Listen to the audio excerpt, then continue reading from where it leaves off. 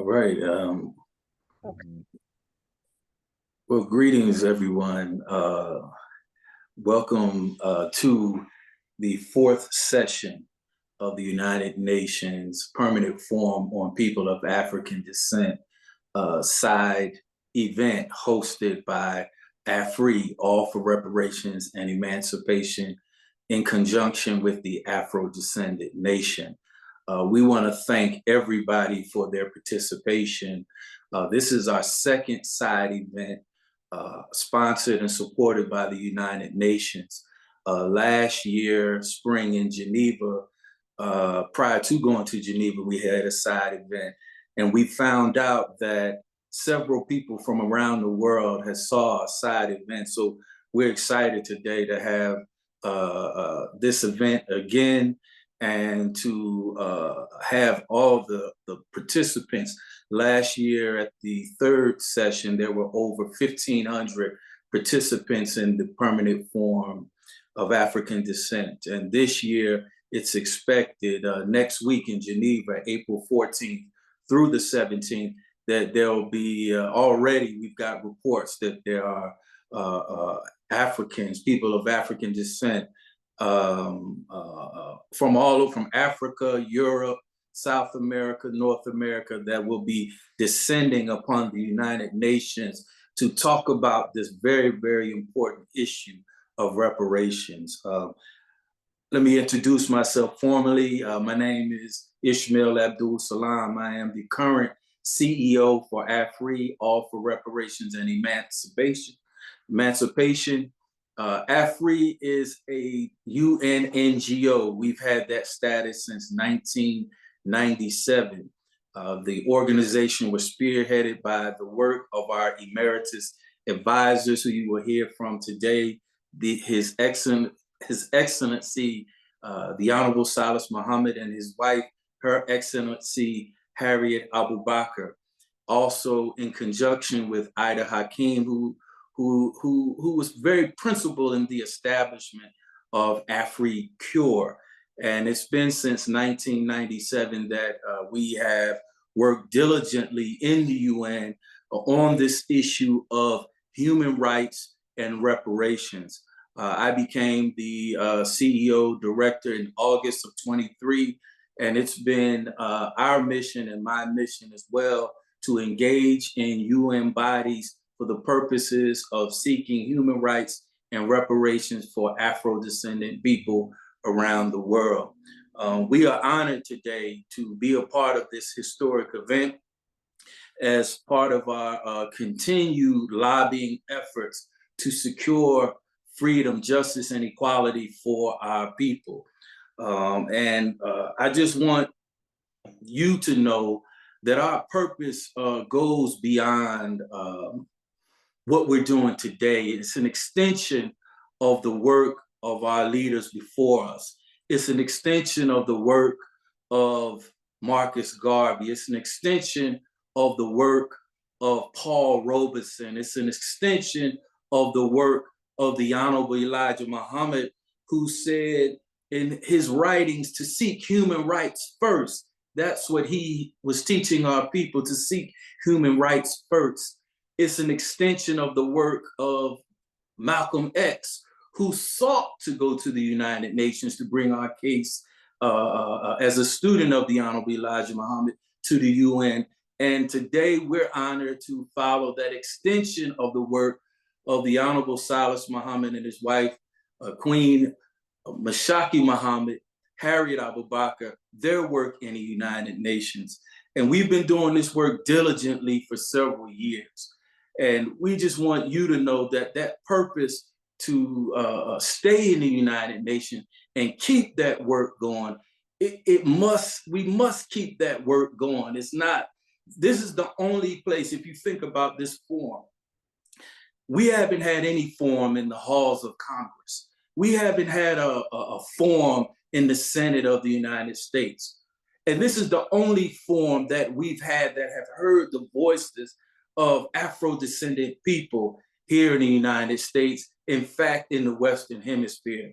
And it is because of their work, and you'll get a chance to hear from them as the voices of Durban, the work that they did in the World Conference Against Racism in 2001 that established this mandate for the permanent form. It was the call for a form that the Honorable Salas Muhammad had in his intervention that led to the establishment of this form, which has been in place for 10 years. And as of this past December, it was granted another 10 years. So if granted 10 years, we must remain a part of this form, because if we are not there, the discussions and the frameworks for reparations, because reparations is a global event, multiple actors from Europe, from South America, from Africa were involved in the slave trade. So it cannot be stateside advocation only. It must be advocation on the international stage. So we encourage all organizations to support AFRI, to support the Afro-descendant nation in our efforts to secure reparations and to uplift Afro-descendant people across the globe on the world stage. So I just want to clearly state our purpose and our reason for meeting with you today. Yes, it's about reparations. The issue of reparations is what is driving those 1,400 people to the UN. That's the only reason why. And we understand that reparations is what's needed for us today, as many rights that we have fought for in the civil rights era are being taken away from today. And it's principally because human rights were never established. If human rights and self-determination of a people were established, these civil rights would not be taken away so easily. So it's important for us, as the Honorable Elijah Muhammad said, to seek human rights first. I want to say that it's been our mission also to follow along the pathways, and part of the pathways or directions that AFRI has sought, in addition to identity, which you will hear President Akila Mukaram drive home. She's been a champion over these last 2 years and speaking in the permanent forum on people of African descent and the working group. She's been a champion in extending the voice of Afro-descendant people and driving home the importance of recognition and identity in the UN. You will hear her talk about that as well. You will hear from our representative from Brazil, Ambassador Sheila. She will give insights from Afro-descendants in Brazil and throughout the diaspora, as well as you will hear from Ambassador Tahita Mukaram, who is a health expert, because we know that much of the damage that was done to our people, the lingering effects are health disparities, which impact the livelihoods of Afro-descendant people worldwide. My particular focus is on the economic disparities, the economic damages that has disseminated the generational wealth and has caused a great generational wealth gap between Afro-descendants and white Americans, and now a great disparity of wealth between Afro-descendants and immigrants. The largest here in America, the largest groups of the largest group or ethnic groups that have the largest median household income are immigrants in the United States. People who have taken advantage of the laws that we have helped establish here in the United States. African-American average household median income is $35,000, where the median income for average Americans is $56,000, but there are 14 other ethnic groups who have higher median household wealth than Afro-descendant people. And that's principally targeted from systemic racism here in America as a result of slavery here in America. Many of the disparities of Afro-descendants here in America and the countries where we reside as minorities or majorities are due to systemic racism. And we're living in a time now in the reparation struggle where collecting that particular data is very, very important as we present our issues to the world stage. So highlighting the household income gaps, as well as highlighting areas of disparity of land. In 1862, there was a Homestead Act where European settlers were given land. In 1862, 80 million people have benefited from the Homestead Act, and most of them Europeans. And that happened 3 years before slavery ended. Once slavery ended, and keep in mind that General Sherman, under his his Field Order 15, authorized for land to be given to freed slaves, and that was taken away. That was supposed to be an extension of the Homestead Act. And many Blacks know there is no record of Blacks, if it is a very small record of Blacks who benefited from the Homestead Act. And that particular gap is, or that act caused a great disparity of wealth, because the foundation of wealth of any nation is land. And we don't have that land today that should have been given to us or promised to us as 40 acres and a mule. Following that, there was systemic acts against Black communities, i.e. Tulsa, Oklahoma. There was the attack on Black communities, Black business communities, where the government of Oklahoma dropped a bomb and destroyed Black business communities. And this happened systemically and was state-sponsored by state and local governments against Black people. I also want to move forward to another point in time of where the GI Bill. The GI Bill was a bill that was designed to support World War II veterans in the area of education and getting homes. Only 2% of the 1 million soldiers that fought in World War II used and benefited from the GI Bill to get housing. And that was during the time when the largest housing boom in America took place. And so here it is again, where the GI Bill basically was not used to support the growth of generational wealth for Afro-descendants. So we go from slavery up until modern times. And now we talk about the real estate bubble that happened in 2008 and 2009, where many of our communities were redlined and where mortgage, loan, and fraud was disproportionately entered into our community. And even now, today, where investors go into our community and pull out billions of equity inside of our communities, here it is again, generational wealth is being taken out of our communities. This is due to systemic racism, which continues to cause, again, the lack of growth and self-determination for Afro-descendants here in the United States. There are also cases of like this in other countries where Afro-descendants are minorities or majorities in the countries where they reside.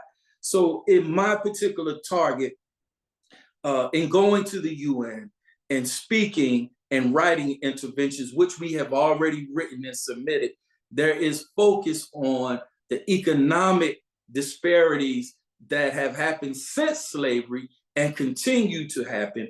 But just be known, just know that we are in a particular point in time where the data collection of these efforts or what's happening to our people is very, very important.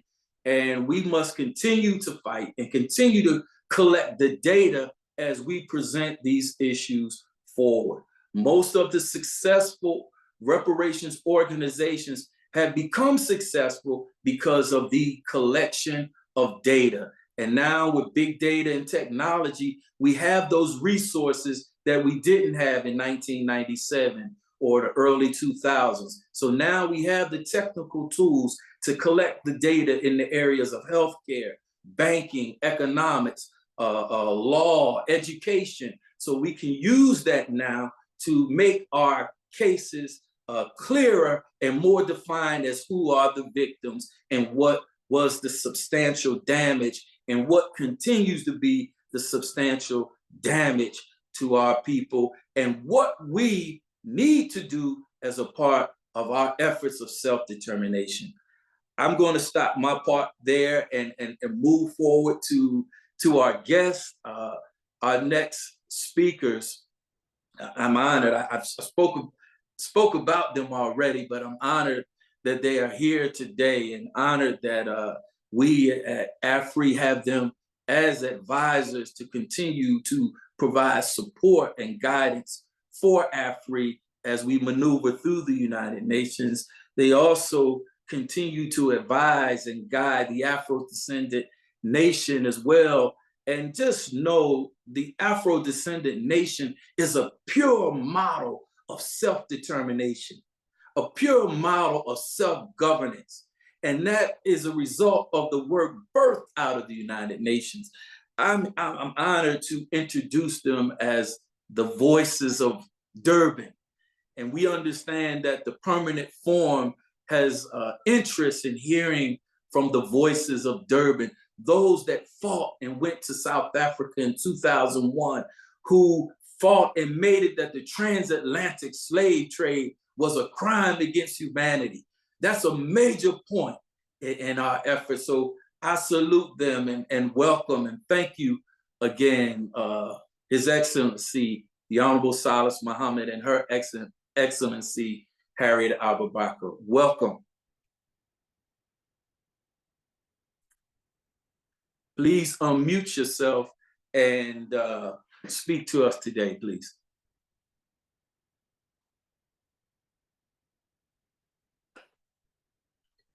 I think we need to unmute.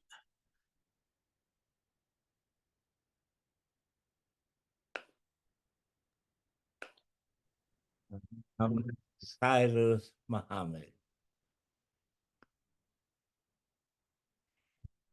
And I am Harriet Abubakar, as I'm known in the legal framework. And greetings to Madam Chairperson June Sumer, distinguished members of the Permanent Forum on People of African Descent. It is an honor to address you today. And I wanted to give a special shout out to some of those other elders that helped us during the time we were working with the UN. Professor Ide, I believe he was from Norway, Professor Hosea Bengoa from Chile, Professor Mahedi, and then we had Gay McDougall as a special rapporteur representing the United States. We speak as the elders of the World Conference Against Racism held in Durban in 2001. We speak as the Durban Declaration and Program of Action, and when it was adopted. This historic document recognized slavery as a crime against humanity and called for reparations to address the enduring legacy of slavery and colonialism, providing justice for the descendants of its victims. As it was in 2001, the issue of reparations, referred to as reparatory justice, remains central to our collective struggle.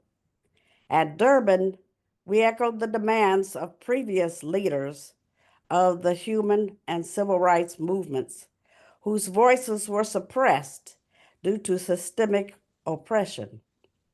These leaders, including the Honorable Elijah Muhammad and the Honorable Marcus Garvey, gave life to the call for self-determination for our peoples and nations. It was at Durban that AFRI made the critical demand for the establishment of a forum dedicated to the victims of the transatlantic slave trade. 20 years later, we witnessed the existence of the Permanent Forum on People of African Descent. Members of the Permanent Forum, we stand united in our call for reparations.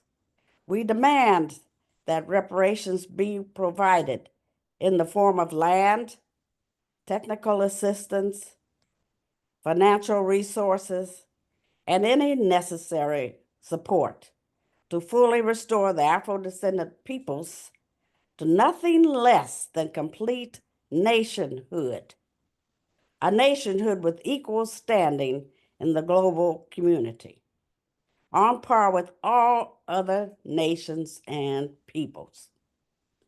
It is essential that we emphasize once again that the concerns of Afro-descendants in the global diaspora must not be overshadowed by African states that are already recognized in the United Nations General Assembly. These states must not be allowed to minimize the voices of marginalized Afro-descendants who remain unrepresented on the world stage. We call on the United Nations to establish an international legal framework for reparations, reparatory justice for Afro-descendants.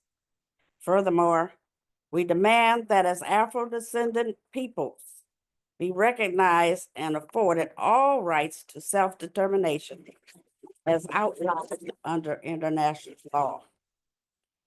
We urge the Caribbean community, CARICOM, and the African Union and the AU to formally recognize Afro-descendants, affirming their human rights and their right to self-determination within their respective member states.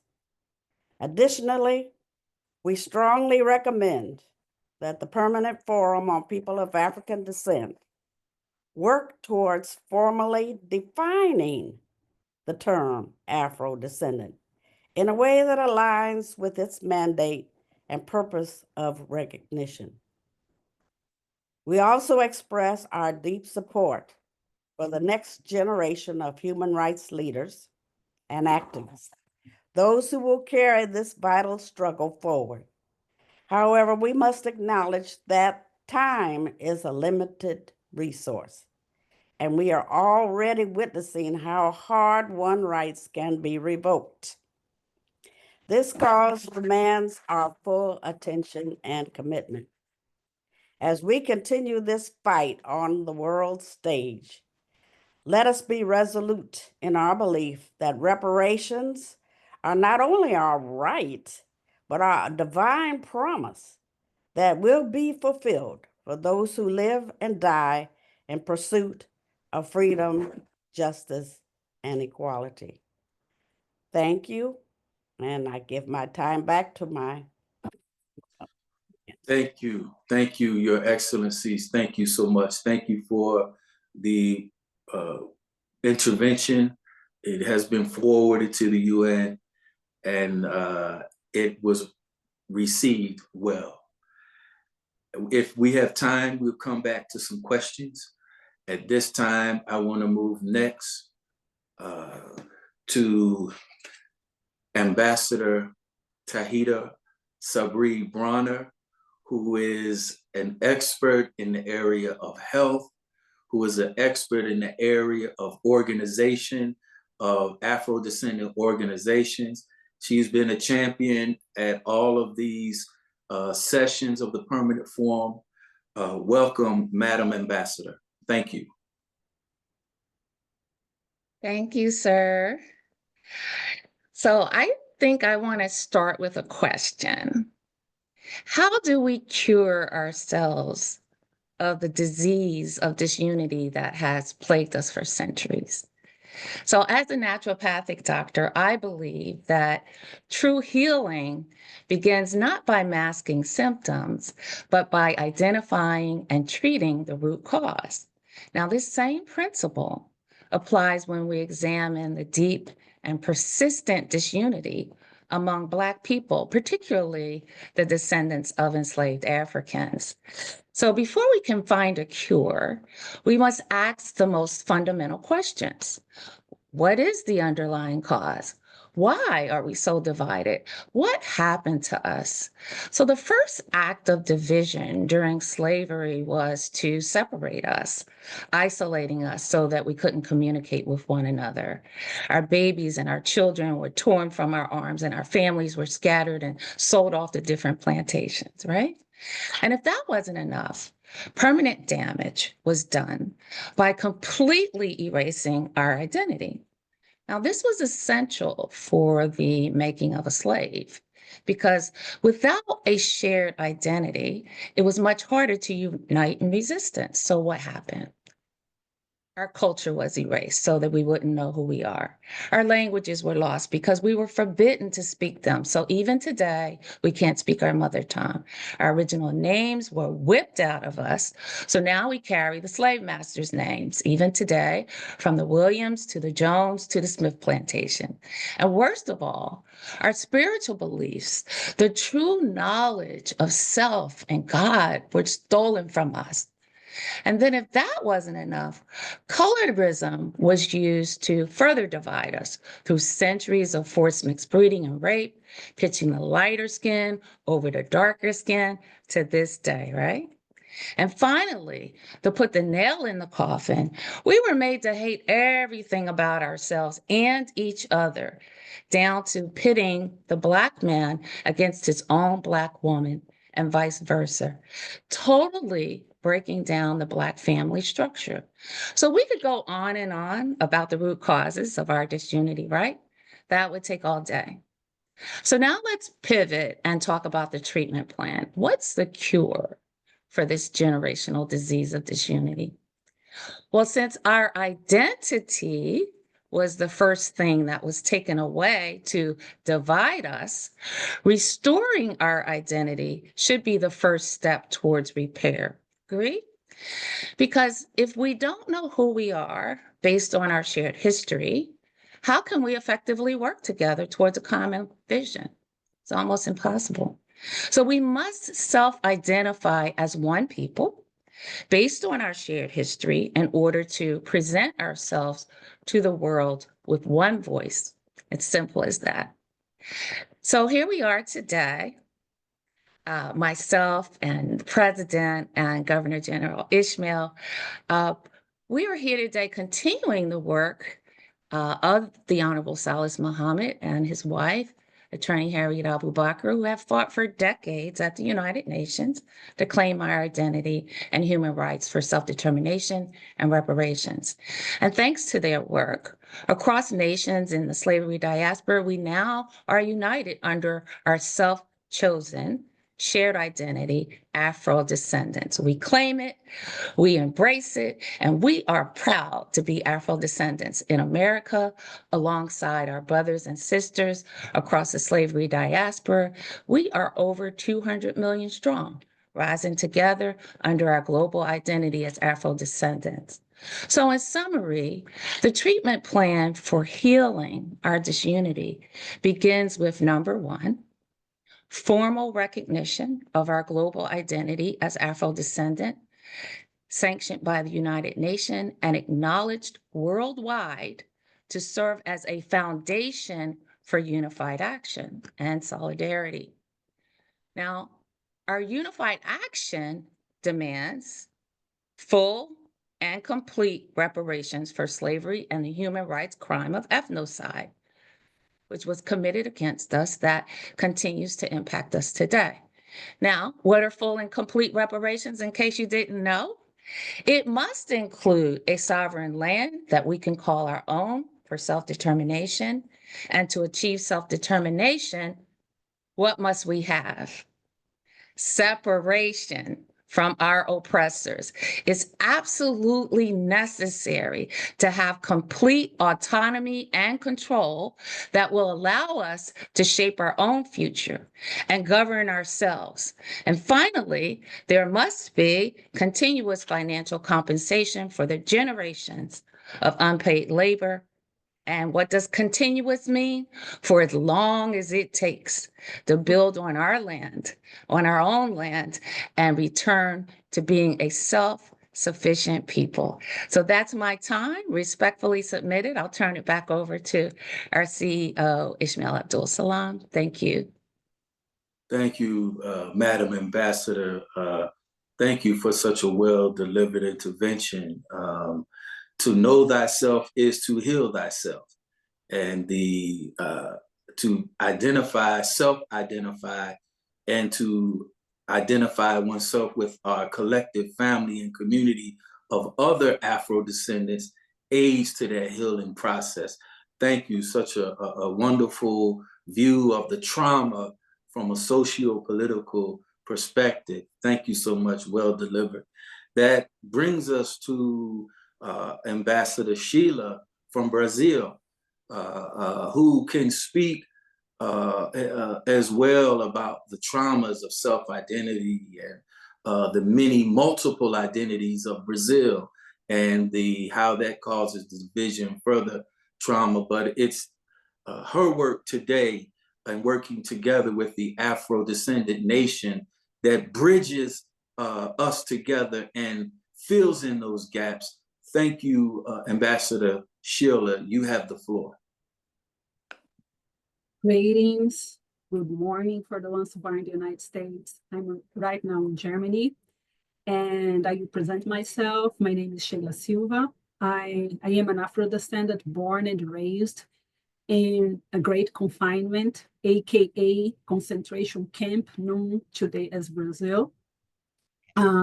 About my own history from my mother's side, I belong to the third generation outside slavery. My family history is marked by forced labor in gold mines and coffee plantations. My grandparents, for example, and I really like to acknowledge that, Dorothy and Lorival, they both were children of enslaved Africans, yes, both of them, and their lives were based on degradation as child laborers. Is something that's very near to my history, to the history of my family. I even have the birth certificate of my great-grandmother where I see all information that she was truly an enslaved woman.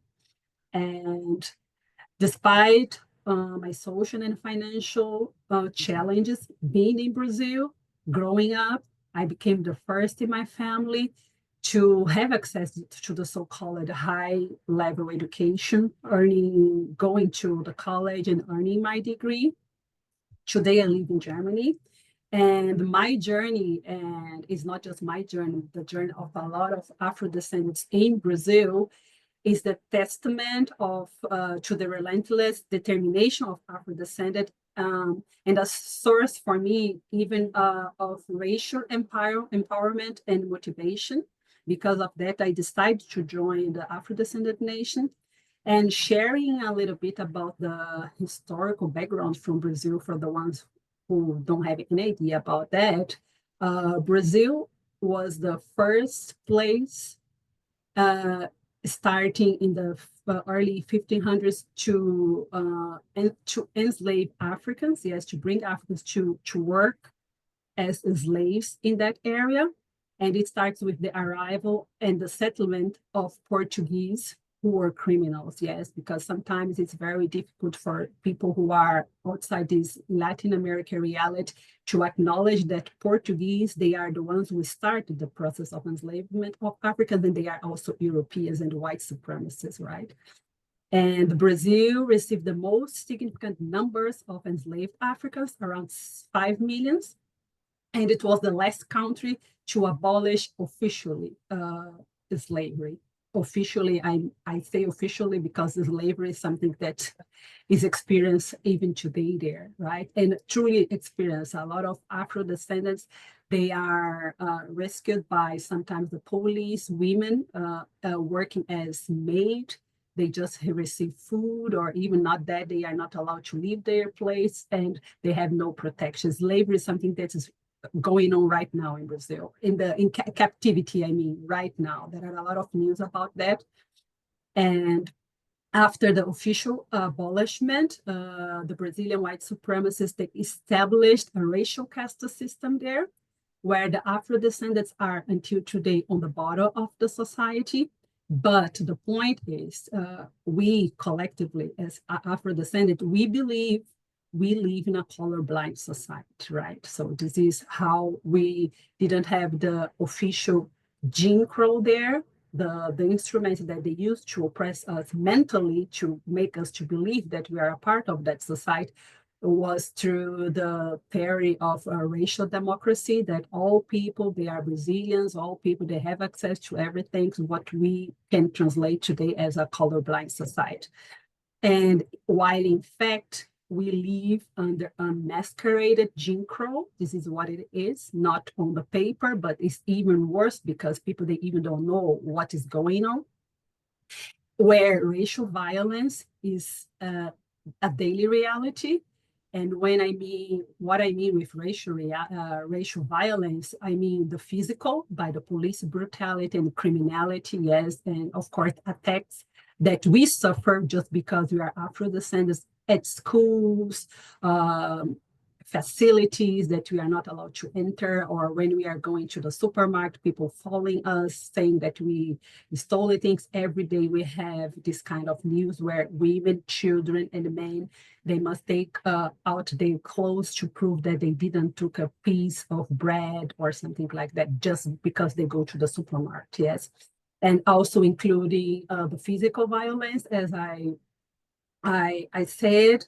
Economic, we don't have access, of course, to the resource.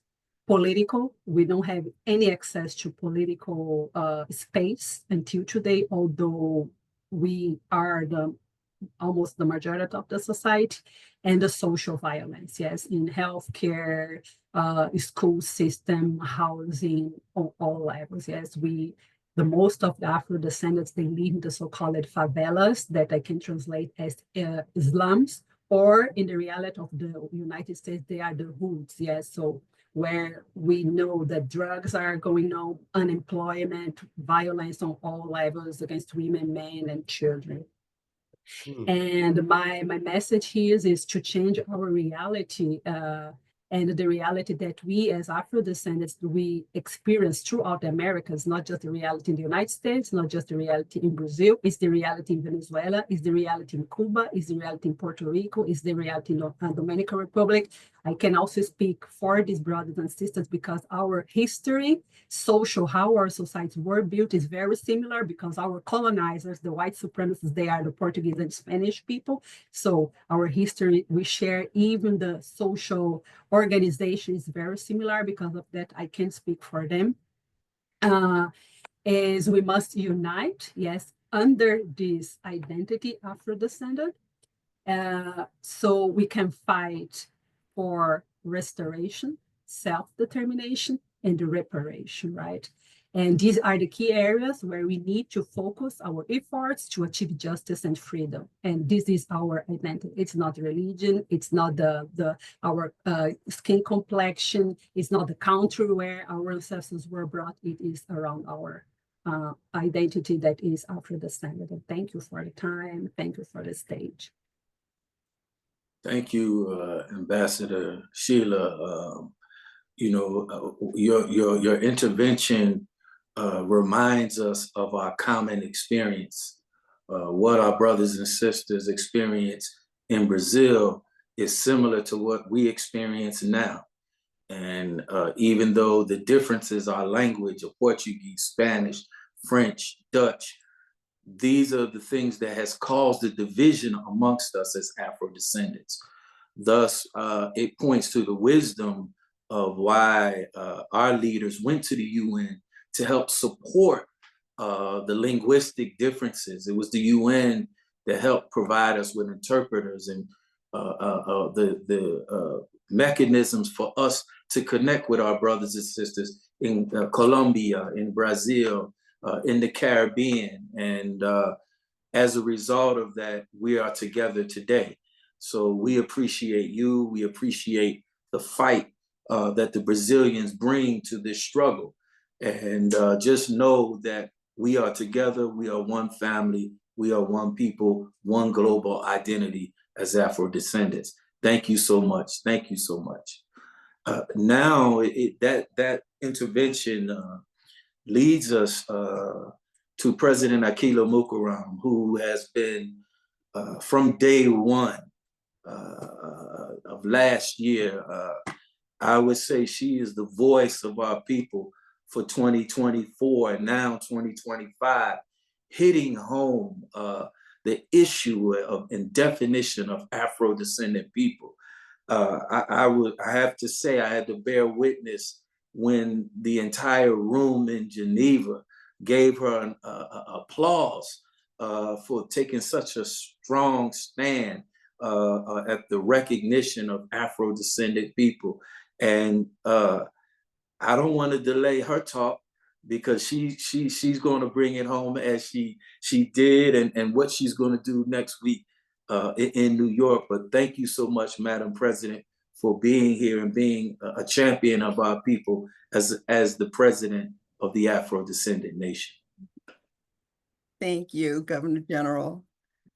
Greetings, everyone. Today, my heart is heavy because I come before you knowing that our reality is undeniable. Afro-descendants, those of us who are descendants of those ancestors who were kidnapped and forcibly enslaved, we continue to live under systems that are controlled and dominated by white and other non-African peoples. Chattel slavery, that formal institution has ended. However, the legacy of the domination still persists. We should not pass this on to our children. I don't want to see them ruled or continue to be ruled by others and them being unable to shape their own future. We've had enough of that. The identity of Afro-descendant is vital to our cause. It is our great unifier for those of us who can trace our roots back to the enslavement, the African diaspora. Unlike the term African descent, which includes immigrants from Africa, Afro-descendant explicitly refers to descendants of those who were forcibly displaced and subjected to chattel slavery, those descendants. This distinction is crucial because we, Afro-descendants, share a unique history of displacement, cultural erasure, and oppression. And we have specific struggles and needs that have too long been overlooked. Our ancestors were kidnapped and stolen from their homeland. They were victims of a system that stripped them from their humanity, their culture, and their names. And here in the United States of America, they took the language, they stripped the language from us. They suffered through chattel slavery, exploitation, oppression, and violence. And yet, we, the descendants, we continue to fight for the same fundamental rights that were denied to our ancestors. The right to self-determination, the right to reparatory justice and reparatory reparations. Just as the Jewish people received reparations, land, resources, and protection after the horrors of the Holocaust, we too deserve reparations. And don't think this is a handout. It's not a handout. This is a debt owed to us as Afro-descendant peoples. Are we any less than Jewish people? The answer is emphatically no. We are not less. We are worthy of being restored and receiving reparatory reparations. These reparations must not only be financial, but they should include land, resources for rebuilding infrastructure, and a commitment to protecting the future of Afro-descendant peoples. We need reparations that restore the dignity taken from our ancestors and allow us to reclaim our future. Imagine a world where Afro-descendants are globally recognized, not as fragmented groups, but as one united people with a shared history and destiny. Recognition of Afro-descendants on the world stage would acknowledge our past and empower us to take our rightful place in the global conversation, advocating for our interests, culture, and future. Imagine further an Afro-descendant nation. Just as Israel received recognition as a nation state after the Holocaust, Afro-descendants should have the opportunity to create a homeland of their own, recognized by the international community as a sovereign state. This nation would serve as a place of healing, cultural preservation, and empowerment, where we can rebuild and protect our Afro-descendant people's future. So I'm urging the Permanent Forum on People of African Descent to push for recognizing Afro-descendants as a distinct group that deserves specific attention, resources, and reparations. We must advocate for creating a dedicated Afro-descendant permanent forum within the United Nations, or at the very least, a bold and specific agenda item with the current Permanent Forum on People of African Descent that focuses exclusively on the unique struggles and needs of Afro-descendants. By doing so, we can address the historical injustices ignored and unaddressed for far too long. Let us not be satisfied with the status quo. Look at what the Jewish people did. The nation of Israel pulled together these organizations, international, national organizations together. It was, I think, about 23 of them for this conference, this material conference with Germany. And now we have the opportunity as Afro-descendants to look at that and use it as a framework for us. So let us not be satisfied with the status quo, and let us build a future where Afro-descendants are recognized, empowered, and we control our own destiny. Let us create a future where our nationhood, and hear me clearly, nationhood, our culture and humanity are recognized and protected globally. The time for us to act is now. Let us stand together and demand the justice, the reparatory justice, reparations, and recognition that are long overdue. Thank you.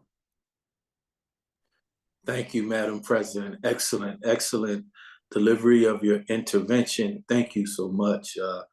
We've got 2 minutes left, and we thought we might have enough time, but we will go ahead and conclude for the sake of the time that we're given and respect of the UN and allowing us to have an hour to give this joint intervention webinar. But one thing that resonates is that identity is key. And the Afro-descendant nation has made a resounding voice and sound in the UN on the issue of Afro-descendant identity. And to be separated from the concerns that our African nations have. And it's important that we do not commingle our plight with those of our African brothers and sisters. And I just want to put it like this, because we appreciate our relationship with our brothers and sisters on the continent, but let's be clear that you know, most African nations have a seat in the General Assembly, and the permanent form in its foundation was for unrepresented peoples and nations, and that was the Afro-descendant nation and people. That was the intent coming out of Durban in the World Conference, to give a voice to those people who were unrepresented. We cannot have a forum where the issues of nations take over our issues of a people who are developing here in the slavery diaspora. It would not serve us. And we have to be careful that our issues don't get overshadowed, because that's what we feel is happening at this particular time. We had in the last permanent forum members of African nations who have a voice in the General Assembly come into the forum and get full 10-minute presentations on issues that should have been spoken of in the General Assembly. And that took away from time of the voices of Afro-descendant people who are constantly, as you have just heard, still suffering lingering effects of plantation slavery. We cannot allow our voices to go silent.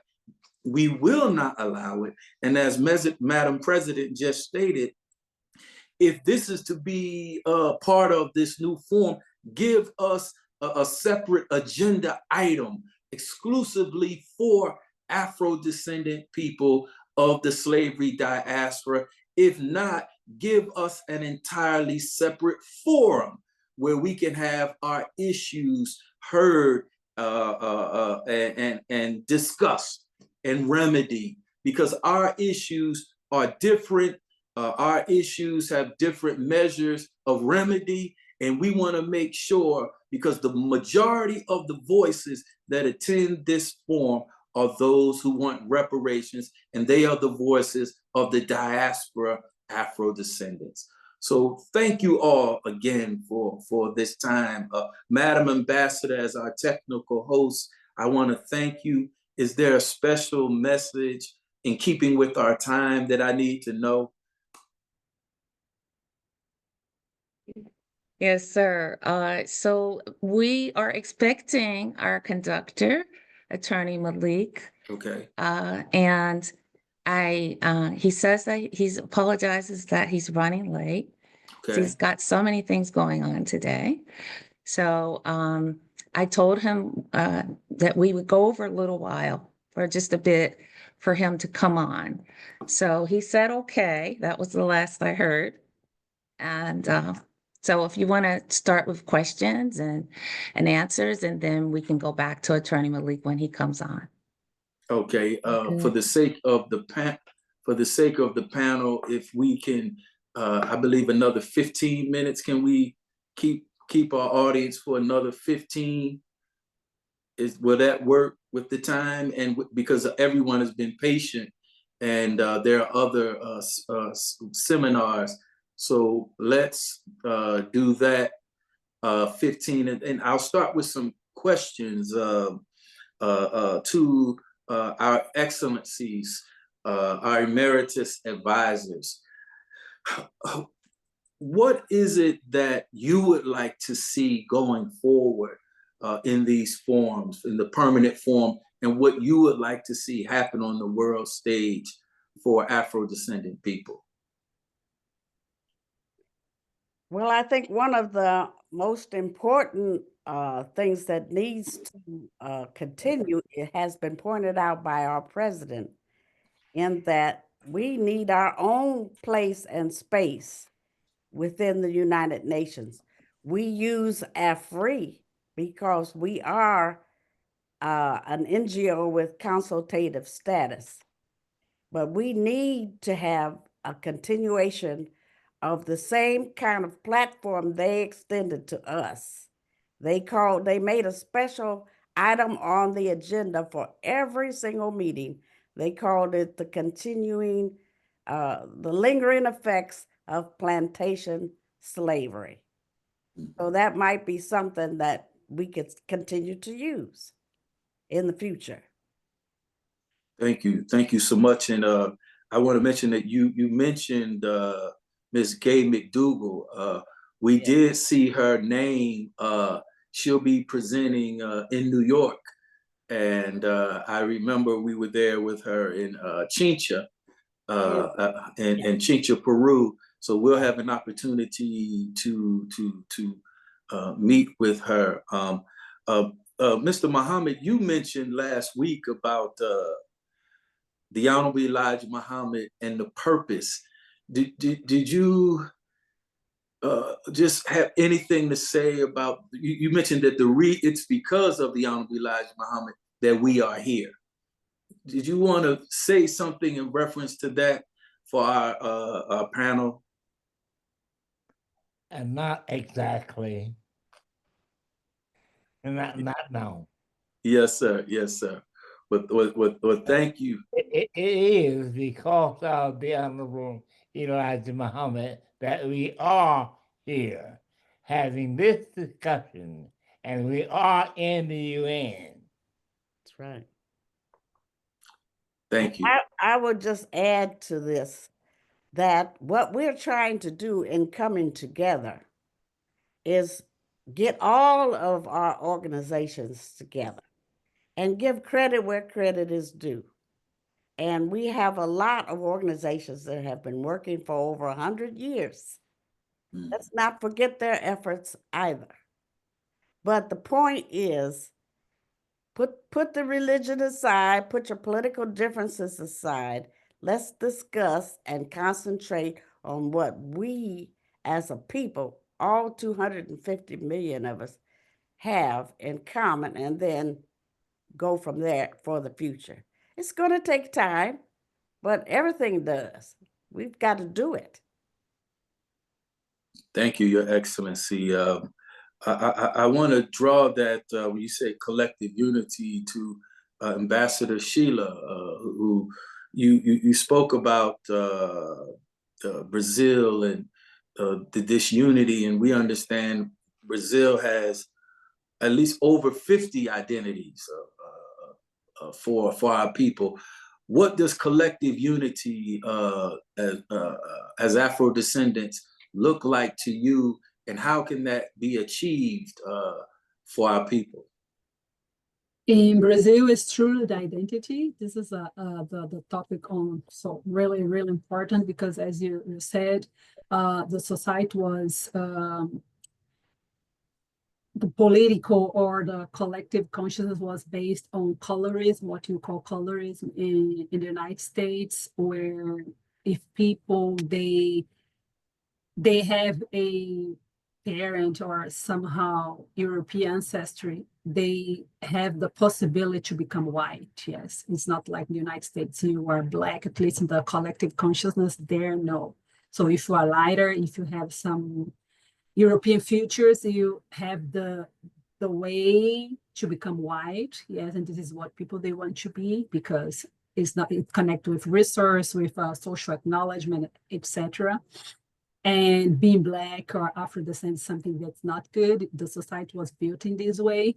And today the racial discussion in Brazil is something new.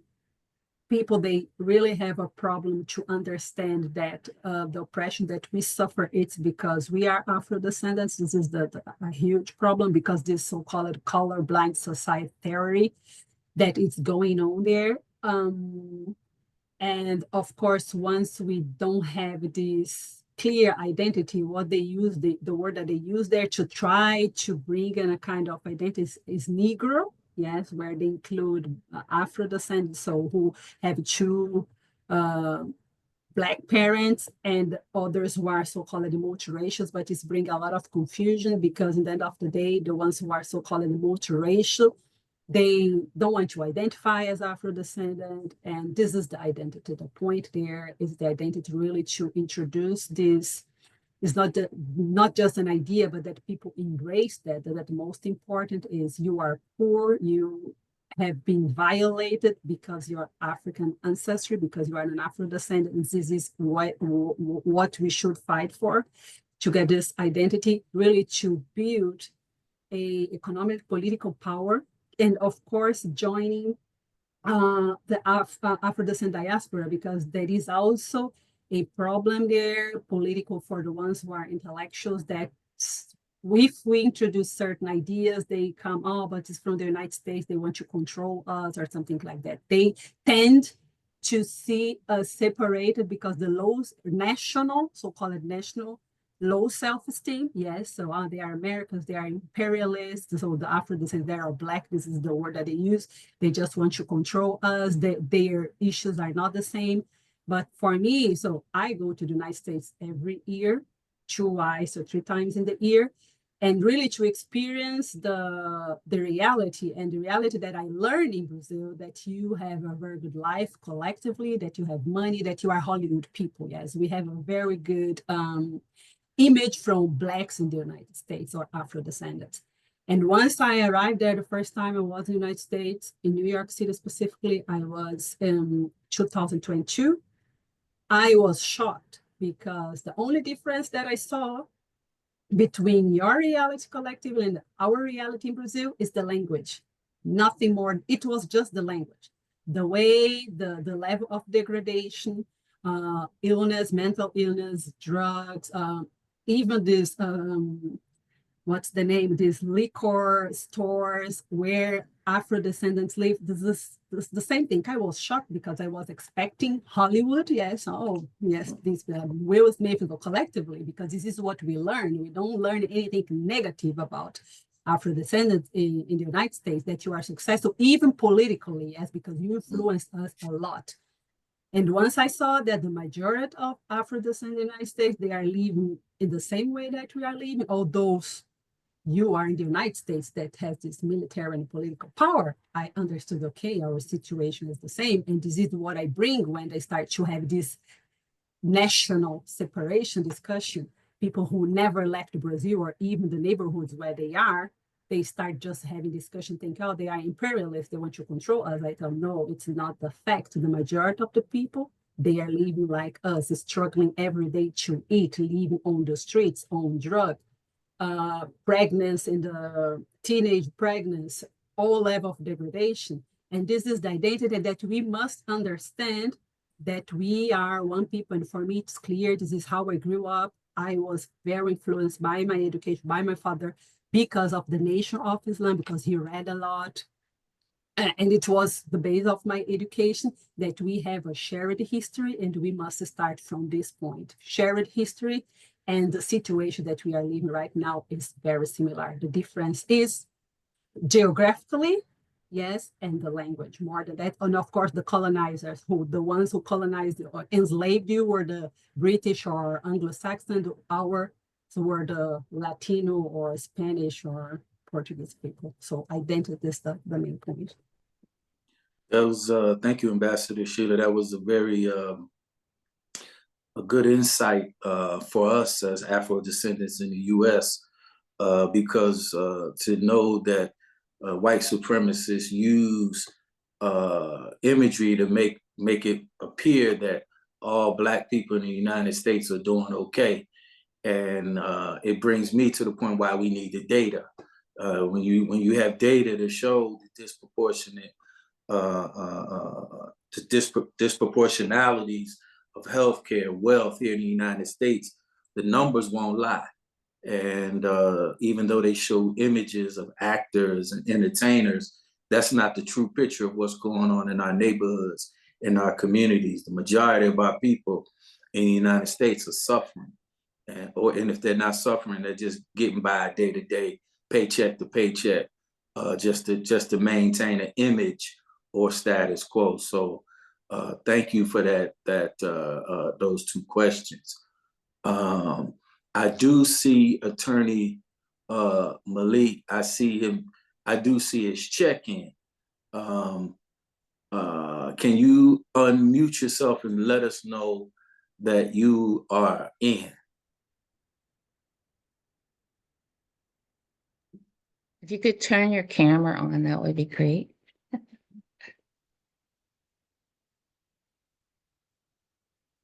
Okay. What I'm going to do, we'll get to him, and I'm going to bring this question to our President Akilah Mukarram. Once again, thank you for giving us insight into your intervention and sharing with us. I want to ask you a question. What would you like to see in the form of unity for Afro-descendants here in the U.S. and abroad? What does that look like for you, and how can we use that to advance the cause that you so passionately describe? Okay, thank you for the question.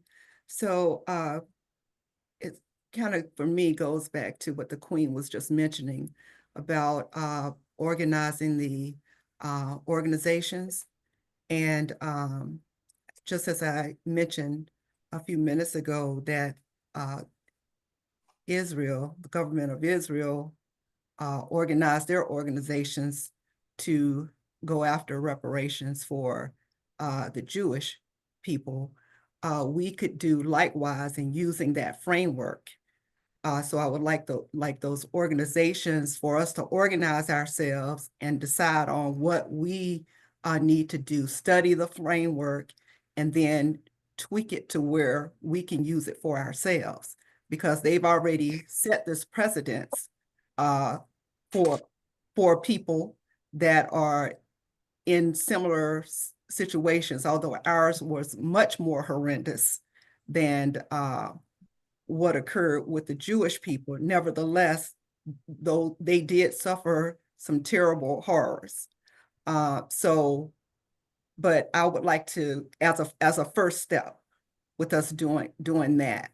And first, along with that, those organizations understanding and recognizing and helping us to get the word out and spread awareness and education that we are Afro-descendants, so that we can come together collectively as an Afro-descendant people to go after what we desire. If we look at the Jewish people, they had all these different organizations, they had all these different factions of Jewish people, Zionists and others, but they came together collectively to go after reparations as one people. It said Jewish materials claim. It didn't say Zionist, blah, blah, blah. It was just Jewish. And so now what we're saying is it's just Afro-descendants. It's ours. So Afro-descendant, that identity. Remember, we were stripped. Everything was taken away during slavery. And now we have an identity that we can be proud of and put forth and bring us all together as one collective, united people. So that's what I would like to see in terms of us nationally and internationally, all of us joining together and moving forward on what we need for ourselves, just as the Jewish people did for themselves. Thank you, Madam President. Collective unity globally is important, along with international support. While the Jewish people had collective unity, they also had international support from varied nations. So that is why, again, the United Nations is an important forum for us to achieve reparations. I do now want to bring on Attorney Malik Zulu Shabazz, our brother, who is another leader and spokesman on the cause of reparation, who has been increasing the groundswell of support for reparations, and also has his pulse on police brutality and what's been happening in our courtrooms, as well as what's been happening in our states, and has been defending our people. As some of you know, that the number one lingering legacy of slavery that exists in modern times, as cited by the UN, is police brutality, and we cannot let up on that. Mr. Chairman, Attorney Malik, thank you for coming. You now have the floor. I'm honored. Can you hear me? We can hear you. Okay, I'm honored to be on, and I pardon my tardiness to Brother Governor General Ishmael Salam. Brother General Ishmael, I'm honored to be on here with you. To Madam President Akila Mukarram, I'm honored to be on here with you. This is an important time, and I want to give honor to the Honorable Silas Muhammad, the founder of the Afro-Descendant Nation and our guide in this hour. This is an important time because there are many different international and domestic political forces that affect our fight for reparations. We are past the time that the reparations movement in America for Afro-descendants or Black people in the Western Hemisphere and in America, we are beyond the time where we should be speaking with one voice. The political forces which have shifted strongly to the right under the presidency of Donald Trump, and the atmosphere which is hardened against the rights of African people. The political atmosphere is hardened against Africa. It's hardened against human rights. The United States government has pulled out of the human rights commissions in the United Nations and with Israel, have blatantly flouted international law and the International Court of Justice, and basically declared that American rights and the rights of white America and Zionism trump are more important than rights that you could achieve at the United Nations and the International Court of Justice. South Africa has been punished for standing up for human rights and against the illegal and criminal and genocidal actions of the so-called Israeli government, and who has so they have been punished. South Africa is being punished, attacked by America and the Trump administration for standing up. You got apartheid-related members in the White House, Elon Musk and others. This is apartheid in the White House, and so you have a hardened atmosphere towards all human rights, and a hardened atmosphere towards Black and African liberation, and a hardened atmosphere towards reparations. This has demanded a past due note. The past due note that is due from us in the West is that we speak with one voice. And so I just want to say that as a conductor in this Afro-descendant nation, and giving full credit to what we have done since I've been here, and what has been done over the years by you all. I want to say that we are past due to collect on being united. And so my first comment here that I'll close is that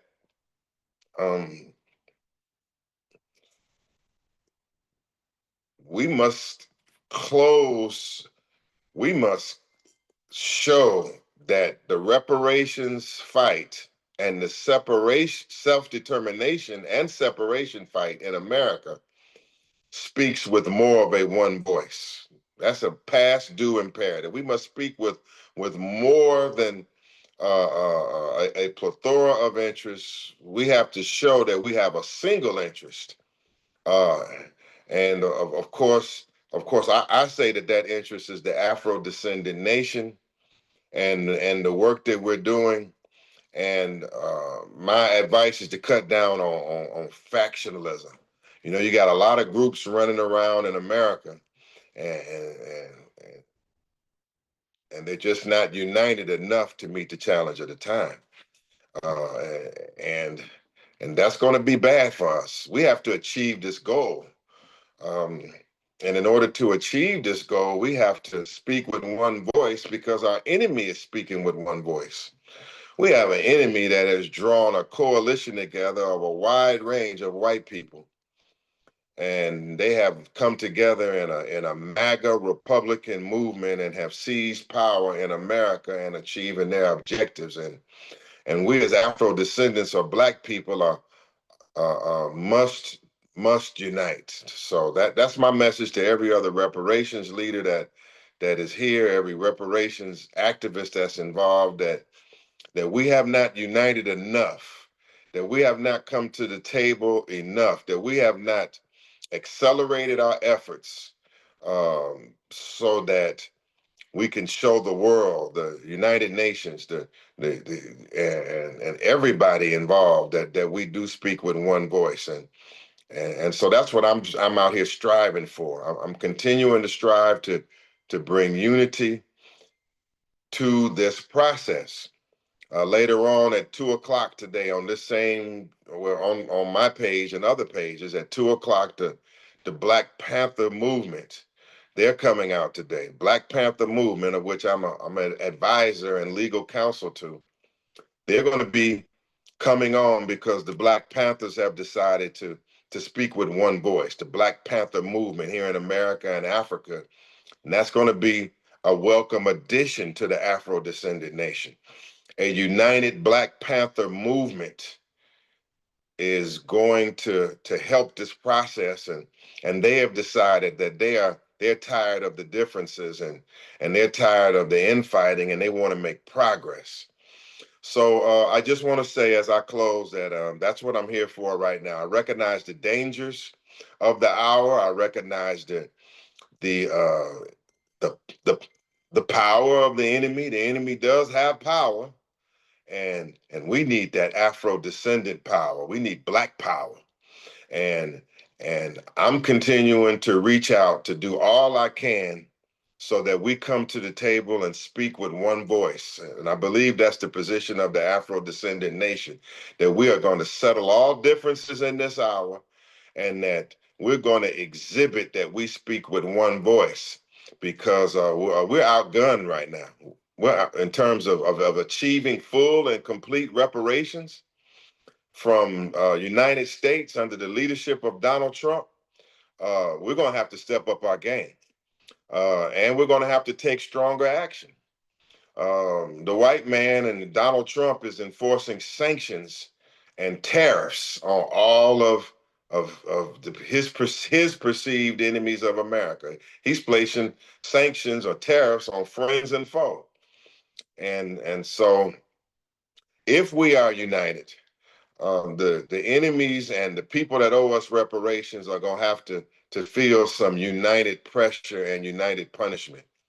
So again, I come back again in 2025. I say that sanctions, punishment economically for entities and any entity and company and government that is involved and has their hands in our bloody Holocaust, that they need to face some punishment. We need to show that we can punish somebody, and that's not a faraway idea. Just recently, just over DEI, which is a form of affirmative action, Target has lost some millions. They might be into the billions. I know they've lost some millions and millions of dollars because Black people who were organized by some civil rights leaders said that they would not shop at Target, and that's a good sign. And as we go, I think we need to pursue that. I'm going to be motioning and advocating for strong sanctions, and that we take united action to counterattack the fierce attack that's going on against us. I'm happy to be at the table. Thank you for letting me have these words. Assalamu alaikum and Black Power, and it's an honor to be on with my team and the leadership of the Afro-Descendant Nation. I salute you all tremendously. Thank you, Attorney Malik. Thank you for making the time and carving out the time. Your message is clear. I think to add what we've heard today in our interventions and going to New York is to urge the Permanent Forum and other leaders globally, over 1,500 organizations, to come together and speak with one voice. And with 1,500 organizations globally speaking loud and strong with one voice, will impact our movement and give strength to our movement and give us the power that we need to do whatever we want to do and self-determine how we need to. So we take that call. We understand that it needs to be done on the ground in our local organizations. We understand it must be done in our communities, in our churches, in our mosques, in our schools, at all of our organizations. So one voice, one mind, one goal, one aim is important, because we are under attack. And rights that we fought for over the past 60 years are being stripped away right before our eyes. So just because they gave it to you, they also means they can take it away. And when something's taken away from you, what do? You gotta fight. You can't just sit back and just let it happen, or else your enemy or oppressor will know that they can take more. He's not gonna stop at DEI. He's gonna stop. He's gonna continue on till we're back in slavery. Let's just keep it real. We're back in slavery. That's what they want. So thank you again. And I want to thank all of you. It's 12:30. I think we've got enough support that we can go to New York with the voices of those who gave life to us, to the leaders of our future, to those who walk the halls of the UN, and those who walk the streets of our community, and those voices are heard. So I want to thank you all for giving us the support as we go to the United Nations next week and participate in the forum. And we look forward to more collective unity as we achieve human rights, self-determination, and reparations for Afro-descendant people. Thank you so much, and we look forward to seeing you all again. Black Power, Assalamu alaikum, peace be unto you all. Thank you.